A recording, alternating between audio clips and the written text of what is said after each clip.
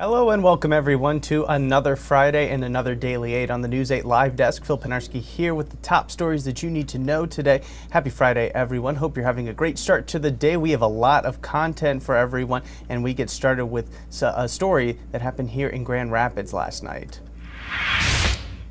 A shooting that happened in the city's southeast side last night left one woman dead and two men injured. According to the Grand Rapids Police Department, the shooting occurred on Pastiche Drive around 7 p.m. Once officers arrived on the scene, they found the three victims. The woman was pronounced dead at the scene, and the two men were taken to a nearby hospital in serious condition. Police say that the shooting probably stemmed from an argument that happened just outside of the apartment building. This is the 12th murder in the city of Grand Rapids this year. There have been no arrests made in this specific shooting at this time. GRPD is asking that if anyone has any information that could lead to arrest, to contact them at 616-456-3400. A man who was riding a skateboard in Wyoming was hit and killed by a car early this morning. According to the Wyoming Police Department, the crash happened around 1:40 a.m. on Burlingame Avenue Southwest. The man has not been identified other than he was 22 years old. It is unknown at this time also if any alcohol or speed played a role in this crash. An investigation is still underway, and once we learn more information, we will be sure to bring it to you right away over on our website, woodtv.com. Early voting in the state of Michigan begins tomorrow, and there are some things you need to know in case... Sorry about that, everyone. Early voting in the state of Michigan begins tomorrow, and there are some things you need to know if you plan to take advantage of the extra voting time. This is the first year the initiative has been mandatory statewide.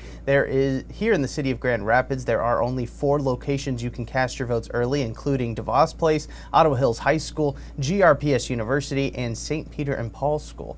Other counties offer early voting in different ways, and you can find out how they do early voting in your particular city or county by checking out our story on woodtv.com.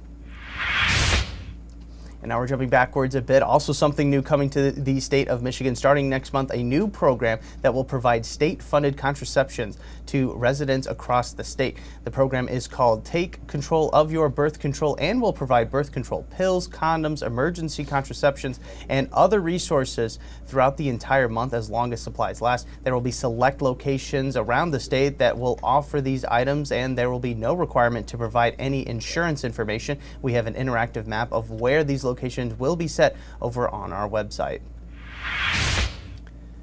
And it's Friday, and that means that the weekend is right around the corner. And if you still don't have anything fun planned, then what are you doing? Go ahead and check out this week's weekend planner. We have tons of fun activities and events no matter what you're looking for. The Grand Rapids Tattoo Festival is back at DeVos Place starting today, actually. There's also a costume contest happening at Gun Lake Casino this Saturday with plenty of free slot play being offered. There's also a street soccer tournament happening at the Las Conchas Community Courts. That is happening this weekend as well, and teams from across the country will be there. The full list is up right now over on woodtv.com.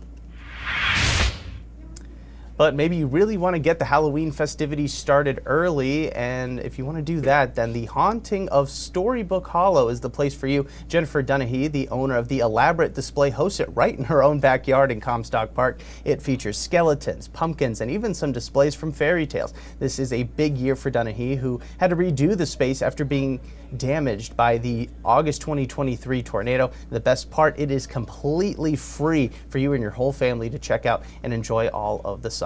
I know we're dealing with some rain that might hamper some of your weekend plans, but hopefully the weather will be better as we progress through the weekend. Let's get you a look at your forecast with the help of Storm Teammate meteorologist Matt Kirkwood. Well, we certainly need the rain out there, and finally, only for the third time this month of October, starting out with wet conditions out there with rain moving through, but it's not going to last all day. You can see we'll end the day actually with some sunshine towards sunset as we dry things out this afternoon. Temperatures will peak in the upper 50s out there. Frenzy forecast looking good this evening. Typically cool for this time of year. Sunset 6:43, and you may want a light jacket or a sweatshirt. What we're tracking out there is sunny and cool weekend, seasonable temperatures, lots of sunshine, and take advantage of the peaking colors around the area. Windy conditions next week and will likely bring down a lot of leaves, so this is going to be a last really good weekend, I do believe.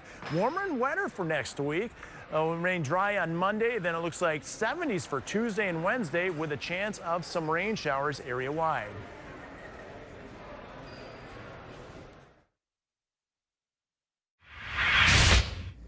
All right, thanks, Matt. And believe it or not, this Friday is actually the last football frenzy of the year for us here at News 8, but that doesn't mean we still don't have some exciting games coming to your screens tonight. Our sports crews will be at nearly 24 football games all across West Michigan, including our 3 spotlight games. Hopkins travels to Belding, Cedar Springs takes on Coopersville, and Paw Paw hosts Niles. Scores and highlights from all of the games, including these 3 spotlight games, will be coming to your television screen starting on News 8 at 11 tonight. And we also have a winner to announce in our Week 8's top play of the weekend. As you can see it there, there's a good reason why. And for the second time this season, Byron Center's Isaac Lee and Landon Tungate take home the top prize with 82% of the voting this time. Lee only needed 1 hand for this catch against Muskegon. And that, of course, is your top play of Week 8. And we're going to take one last look at that play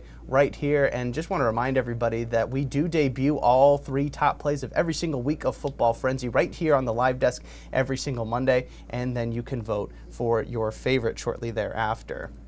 And Frenzy isn't complete without the tailgate food drive. Teresa, George, Matt, and Tom were out at Coopersville High School this morning for the weekly food drive, and the Broncos of Coopersville showed out big time. Their donations will go to help feed families in the area. We will know exactly how much they brought in coming up later tonight in our newscast, and then we'll also be sort of discussing a little bit more about how the full tailgate food drive went this year, as it was pretty hard and pretty difficult to sort of match what happened last year. So hopefully all the schools, and they did a phenomenal job all season long, and we can't wait to see how this year turned out. That is going to wrap things up for us today on the Daily 8. Thank you all so much for tuning in. Remember that you can always find more on these stories as well as full replays of every single Daily 8 right now over on our website, woodtv.com. Thank you all so much for tuning in today. I'm Phil Penarski, and we will see you again on Monday with another Daily 8.